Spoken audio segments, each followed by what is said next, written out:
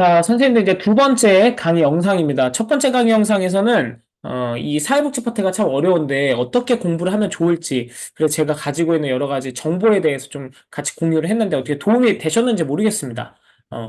그래도 한번 해보세요. 믿져야 본전이니까. 아시겠죠? 자, 두 번째는요. 사실 이게 실질적으로 더 도움이 되실 수가 있습니다. 문제풀이 방법에 대해서 좀 알려드리려고 하는데요.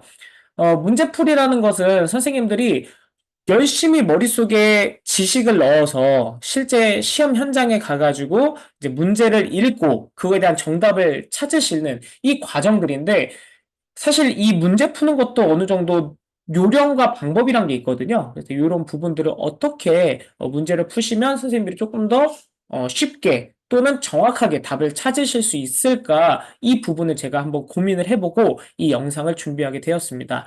자, 그래서 1번부터 보시면은 문제풀이에서 가장 중요한 것은 너무나도 당연한 말이지만 문제 읽기다. 자, 근데 선생님들이 이걸 생각보다 많이들 놓치고 계세요. 그러니까 무슨 얘기냐면 그냥 맹목적으로 문제를 푸는 거예요. 이게 가슴으로 문제를 받아들이시고 정말 이걸 이해하고 푸셔야 정확한 답이 나오는데 그냥 무지성으로 그냥 눈으로만 문제를 읽고 있어요. 그러면 안 돼요, 선생님들. 왜? 그러면은 문제에서 결국에는 답을 찾으려면 문제를 이제 출제한 사람의 의도를 파악하고 이 문제를 왜 냈을까? 이 문제에서 물어보는 것은 무엇일까? 내가 공부를 하고 당신이 이 부분에 대해서 정확하게 이해하고 알고 있는지 우리를 테스트하기 위해서 시험 문제가 있는 거예요. 근데 그냥 이 문제를 글자만 읽다 보면 이게 또 긴 문제일 경우에는 처음에 무슨 내용이었지? 이렇게 까먹어서 또 처음으로 가. 또 읽어. 근데도 무슨 말인지 몰라. 계속 눈으로만 읽으니까 또 가요. 그런 식으로 하기보다는 차라리 한 번, 천천히 읽더라도 한 번에 문제를 읽어서 이 문제를 내가 이해하고 풀겠다라는 마음가짐을 가지셔야 돼요.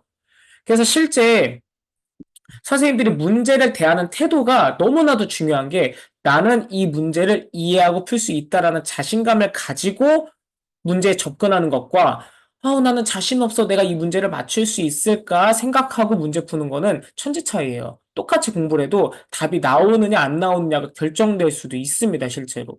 그러니까 선생님들이 반드시 문제를 읽으실 때 천천히 읽으셔도 돼요. 어차피 정말 시간이 웬만하면은 90분이라는 시간이 부족하지 않습니다. 80문제 푸시는 데 있어서. 그렇기 때문에 천천히 한 번에 읽더라도 완벽하게 읽고 이해하고 푸셔야 실수도 안 하고 정확하게 답을 찾아내실 수가 있다라는 거. 너무나도 중요합니다. 문제 잘 읽는 거. 그리고 문제 잘 읽고 그 다음에 보기만 잘 읽으셔도 점수가 자연적으로 올라가실 겁니다. 선생님들 정말 중요한 얘기 꼭 기억해 주세요. 아시겠죠? 더 이상은 문제 푸실 때 그냥 눈으로만 막 급하게 푸실 필요 없고 내가 이 문제를 이해하고 풀겠다. 이 문제를 내가 정복하겠다라는 마음가짐을 가지고 읽으셔야 돼요. 그리고 문제를 읽다 보면은 단어 같은 것들이 보이실 거예요. 제가 앞서서 공부하실 때도 특정한 단어를 잘 기억하시라고 했듯이 단어로 연상시키는 게 너무나도 좋은 방법이거든요. 그래서 8번을 제가 예시를 한번 보여드릴게요. 8번 40회 지필시험 문제였는데 자 시설에 대상자의 의견 수렴 건의함을 설치하지 않았을 때라는 문제가 나왔죠. 그리고 대상자가 침해받을 수 있는 권리는 그럼 여기서 물어본 거는 뭐예요? 어떠한 상황을 주어줬고, 그 다음에 그 상황에서 침해된 노인의 권리가 무엇이냐를 찾는 거예요. 근데 여러 가지 권리도 많았잖아요. 시설에서 침해될 수 있는 권리가 너무나도 많아요. 11가지나 있었잖아요. 그 중에 하나를 찾는 겁니다. 자, 근데 문제에서 특정한 단어가 나왔습니다. 어떤 단어가 나왔죠? 의견. 이라는 단어가 나왔고, 건의함이라는 단어가 나왔어요. 자, 의견과 건의함을 설치하지 않았다라는 뜻은 대상자가 생활할 때 내가 불편한 게 있고 나 뭔가 요구하고 싶은데 그걸 요구할 수가 없다라는 얘기예요. 이해되셨나요? 이렇게 문제에서 물어보고자 하는 게 뭔지 나한테 뭘 테스트하고 싶은 건지를 마음속으로 와닿아야 문제도 잘 푸실 수가 있어요. 그래서 이제 의견, 그다음에 건의함 이 두 가지 단어만 잘 체크를 하셔도 이 상황에선 그렇죠. 가장 관련성 있는 내용이 뭐예요? 보기랑 한번 연결을 지어보세요. 신체 구속? 신체 구속은 대상자를 정말 과도하게 결박하거나 격리하면 안 된다. 특정한 이유가 없을 경우에 그다음에 충분한 정보를 제공받을 권리. 이거는 입소 전 단계에 그쵸? 시설에 대한 정보를 충분히 제공받아야 된다. 이런 내용들이었죠. 그다음에 세 번째는 사생활과 비밀 보장. 자, 사생활과 비밀 보장에 대한 권리가 침해됐다라는 문제가 나오려면 특정한 단어가 또 뭐가 나오겠어요? 제가 강조했던 거. 유무선 전화기 사용을 뭐 금지한다. 그렇죠? 또는 허락받지 않고 들어와서 사진 찍는다. 이런 내용이 나와야 3번이 정답이 될 수가 있죠. 4번, 스스로 입소를 결정하고 계약할 권리? 이거는 입소 계약 단계에 해당되는 거죠. 그러니까 항상 선생님들 이 지금 1번에 뭐 신체 구속이라는 단어가 나왔고 2번에 그다음에 충분한 정보라는 단어가 나왔고 3번은 사생활과 비밀 보장이라는 단어가 나왔죠. 4번은 스스로 입소를 결정이라는 단어가 나왔고 5번은 자 견해. 견해가 무슨 뜻이에요? 의견 똑같은 말이에요. 여기 문제에서 나오는 의견과 5번에서 나오는 견해 크게 다른 내용이 아니잖아요. 그죠? 불평을 표현한다. 노인분들이 생활하면서 본인의 불편한 점, 나 만약에 화장실에 비상벨이 없어 설치해줘요. 또는 나는, 병원 갔다 와가지고, 밥을 늦게 먹는데 찬밥을 주는 거예요, 요양보호사가. 그러면 밥 좀 따뜻하게 데워주세요. 라고 요구할 권리가 있다라는 거죠. 그쵸? 그래서 여기서는 의견과 권념을 설치하지 않았다. 5번의 견해와 불평을 표현한다. 서로 연결이 되잖아요. 그래서 특정한 단어들만 잘 체크하셔서 연결하셔도 답을 찾는데 아주 도움이 됩니다. 자, 8번. 다음에 해당하는 시설 대상자의 권리 똑같은 문제입니다. 거동이 불편한 대상자가 시설장에게 자, 화장실에 비상벨을 설치해달라고 요구하였다. 자, 비상벨은 뭘까? 비상벨. 그죠. 비상벨은 그 대상자나 노인의 안전을 위해서 필요한 장치들이죠. 그렇기 때문에 정답은 5번입니다. 안락하고 안전한 생활 환경을 제공받을 권리. 자, 근데 여기서 만약에 선생님, 어, 8번에 5번에 견해와 불평을 표현하고 해결을 요구할 권리도 해당되지 않나요? 맞습니다. 정답이 될 수가 있어요. 그렇기 때문에 이 문제에서는 견해와 불평을 표현하고 해결을 요구할 권리가 보기로 나올 수가 없겠죠. 왜? 답이 두 가지가 될 수 있기 때문에. 그래서 이 국시험 문제에서는 애매하거나 답이 두 개가 될 수 있는 그런 오해의 소지, 논란의 여지가 있는 그런 문제들은 절대 나오지 않습니다. 근데 여기서 문제를 봤을 때 가장 이 보기 내용과 연결될 수 있는 부분은 5번이죠. 안락하고 안전한. 자, 비상벨은 안전장치잖아요. 그러니까 안전이라는 단어가 나왔어요, 5번에. 그러니까 이러한 선생님들이 물론 이게 100%다 맞는 방법은 아니지만 선생님들한테 요령을 알려드리는 겁니다. 그래서 문제나 아니면 이게 네모 박스 보기가 나왔을 때 특정한 단어를 잘 체크하셔서 이 내용이 무슨 내용일까 이해하셨다면 보기로 내려가서 가장 연관성 있는 단어를 찾으시거나 내용을 찾으셔서 연결을 지으시면 답을 찾기가 조금 더 수월합니다. 그래서 문제 잘 읽으시고요. 보기 꼼꼼하게 보셔야 됩니다. 특히나 단어 위주로 보시면 좋습니다. 아시겠죠? 자, 2번. 문제를 너무 성급하게 보고 정답을 찾으려고 하면 안 된다. 자, 실수가 발생할 수 있다 얘기예요. 왜냐면 국시원에서 문제 낼 때 정확하게 당신이 이해하고 있냐라고 물어본다면 어떤 방법을 쓰겠어요? 헷갈리는 요소를 주어지고 너 이거 구분할 수 있어? 라고 물어본다고요. 그러니까 선생님들이 여기에 제가 좀 속된 말을 한번 해볼게요. 낚시에 걸려서 이제 미끼를 무시면 안 돼요. 아시겠죠? 자, 이것도 바로 그냥 예시로 보여드릴게요. 문제와 보기를 꼼꼼하게 읽으세요라고 했죠? 자, 32번, 39회 국가시험 32번 문제였습니다. 요양보사가 관찰한 내용을 올바르게 기록한 것은, 자, 우리가 요양보 기록과 보고에서 기록의 원칙 중에서 애매한 표현을 쓰지 않는다. 마지막에 있었죠. 그러면 어떻게 보통 했다고 했죠? 그렇죠. 숫자로 표현한다고 했어요. 수치화된 정확한 기록을 한다. 뭐 많이, 조금, 꽤, 오랫동안 뭐 밖에 나갔다 오셨다 이런 게 아니라 몇 시부터 몇 시까지 몇 시간 동안 나갔다 들어오셨다. 뭐 이런 식으로 수치화된 기록을 해야 돼요. 밥을 조금 먹었다가 아니라 밥을 뭐 반 공기 드셨다. 이런 식으로. 자, 근데 중요한 건 4번 아니면 5번이에요. 결국 더 답은요. 왜? 1번은 등의 욕창이 얼마나 심한데 2번 며칠 전부터 미열이 있다? 며칠 전이 언제부터인데요? 3번 최근에 신체 기능이 더 나빠졌다. 얼마나 나빠졌는데 다 애매한 표현들이 들어가 있어요. 근데 4번이랑 5번은 숫자가 들어가 있어요. 그러니까 이게 약간 헷갈릴 문제를 낸 거예요. 숫자가 들어갔네? 신나가지고 이제 5번을 딱 답을 체크하는 순간 틀려버리는 거죠. 왜? 끝까지 읽어야죠, 보기도. 오후 5시. 좋아요. 이후에 언제인지 몰라, 정확하게. 일단 여기서부터 틀렸어요. 물을 많이 섭취했다. 많이도 틀렸죠. 그러니까 우리가 숫자가 나왔다고 해서 신나서 그냥 답을 체크하시면 안 되고, 끝까지 꼼꼼하게, 천천히 확인 사살을 하셔야 됩니다. 그래야지 선생님들이 실수를 안 하고, 그 다음에 이 미끼를 안 물게 돼요. 자, 6번도 보겠습니다. 자, 노인 장기요양보험 일반 급여 대상자가 재가급여를 이용할 때 본인 부담금 비율. 자, 우리는 여기서 두 가지 단어만 체크하시면 돼요. 뭐, 재가급여란 단어와 그다음에 본인 일부 부담금. 이 두 가지만 체크하시면 돼요. 근데 선생님들 의외로 제가 실제 저희 교육생분들한테도 여쭤보거나 의견을 들으면 생각보다 시설급여, 재가급여를 순간 헷갈려서 또는 시설급여가 본인 부담금 몇 프로인지 재가급여가 몇 프로인지를 또 헷갈리셔서 반대로 체크해서 틀리시는 경우가 의외로 많습니다. 자, 재가급여를 물어봤죠. 재가 본인 부담금 몇 프로인가요? 15%예요? 20%예요? 그렇죠. 15%죠. 정답은 2번이 되겠죠. 이걸 3번을 체크하시면 안 된다. 이 얘기입니다. 20%를. 그러니까 10%, 25%, 30%는 답을 체크할 확률이 없어요. 거의. 들어본 적도 없잖아요. 그러면 15% 아니면 20%예요. 그러니까 요것만 잘 구분하시면 된다. 재가를 물어봤는지, 시설을 물어봤는지. 제가 말씀드리는 거 이해하시죠? 예.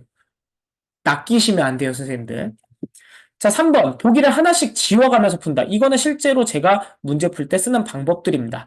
자, 정답이 아닌 것들 하나하나씩 속어, 지워가고 나중에 보통은 2개 정도 남아요. 왜? 하나는 꼭 미끼 보기가 나오거든요. 미끼 지문이 나오거든요. 그래서 그 2가지가 남았을 때 아리까리하다, 애매하다, 헷갈린다. 2가지만 다시 한번 읽어보시고 조금 더 완벽한 정답을 찾으시거나 조금 더 뭔가 찝찝한 부분이 있는 거는 걸러내세요. 아시겠죠? 그 2가지 마지막에 결국에는 그 2가지 중에서 잘 체크를 하셔야 정답을 맞추실 수 있는 거니까 그 남은 2가지를 다시 한번 읽고 비교를 해보셔서 뭐가 또 완벽한 정답인가 또는 반대로 애매한 부분이 조금이라도 들어가 있다? 찝찝하다? 그럼 그 과감하게 지우고 다른 남은 지문 하나를 답으로 체크하시면 되겠죠. 자, 그래서 선생님들 반대를 나타내는 틀린 지문의 속지를 말자라고 제가 강조를 합니다. 아시겠죠? 어떤 얘기냐면요. 자, 예를 들어서 증가, 감소 이런 것들 있죠? 자, 대상자 이해가 나왔어요.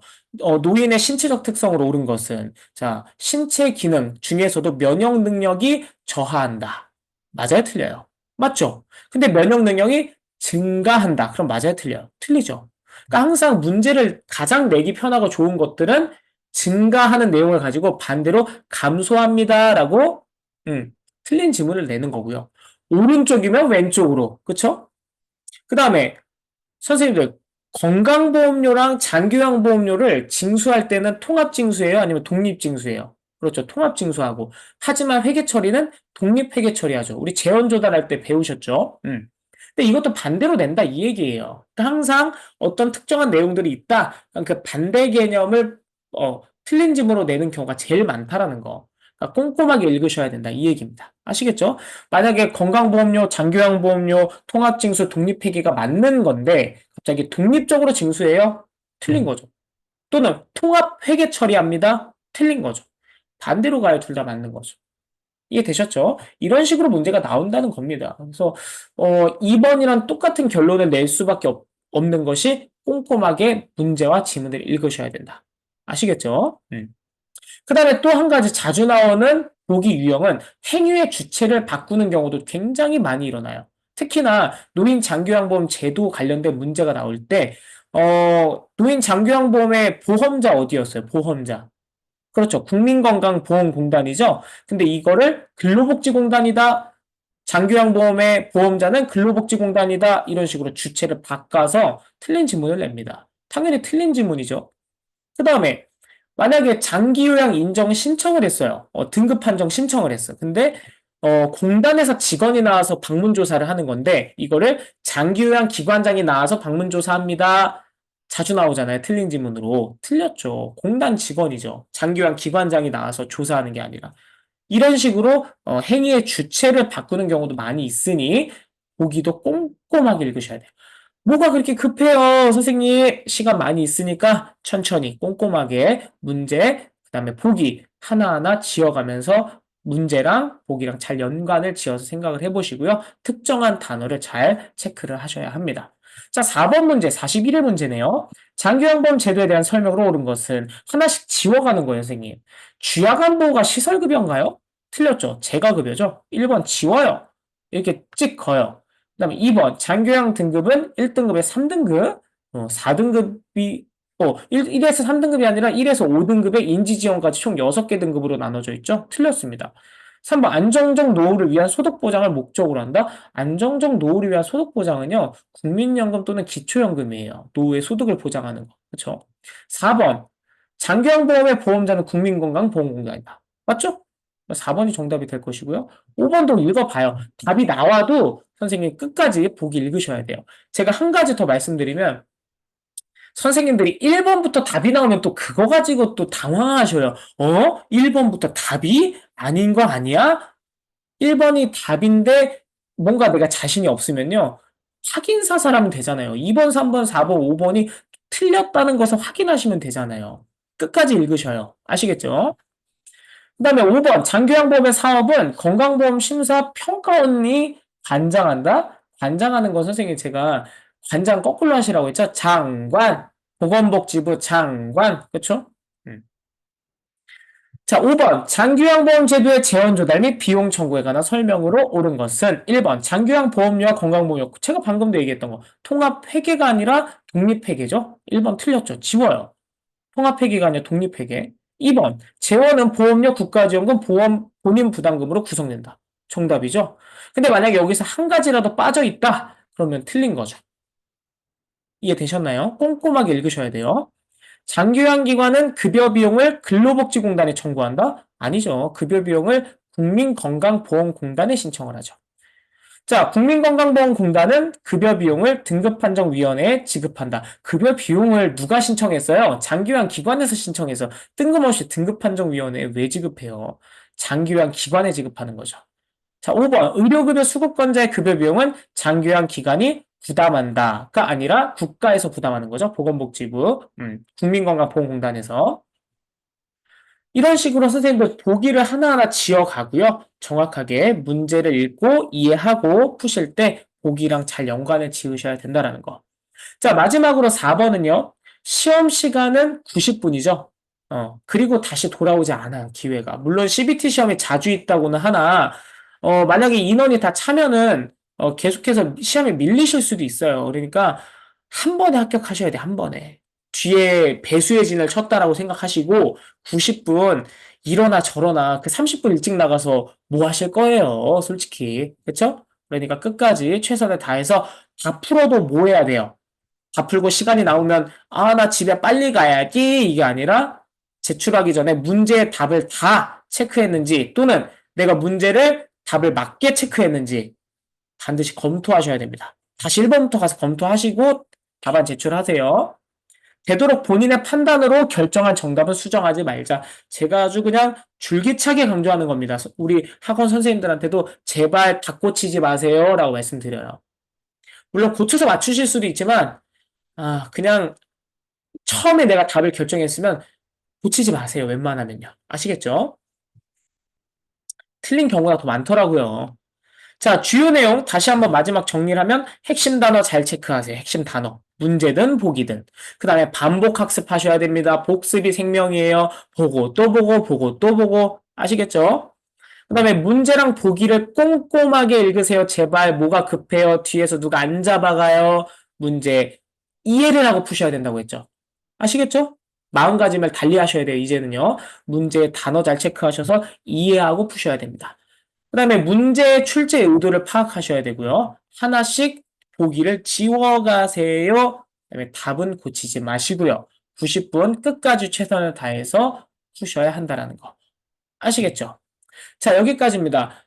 제가 선생님들 실제 공부하시는 걸 어려워하시는 분들도 많으시고, 그다음에 시험 문제 푸실 때도, 이런 요령이 없어서 어려워하시는 분들이 많아서, 제가 이제 특별하게 또 선생님들한테 좀 정보 제공차, 이제 두 가지 강의를 준비했습니다. 실질적으로 도움이 되셨는지 모르겠으나, 그래도 믿져야 본전이니 한번 참고하셔서 시도를 해보시는 것 또한 선생님들이 좋은 성적으로 요양보사 취득하시는데 도움이 되실 겁니다. 자, 그럼 여기서 마치도록 하고요. 계속해서 선생님들 공부 복습하셔야 됩니다. 제 핵심 요약 강의랑 그다음에 따라잡기 강의도 계속해서 많이 봐주시기를 부탁드리겠습니다. 감사합니다.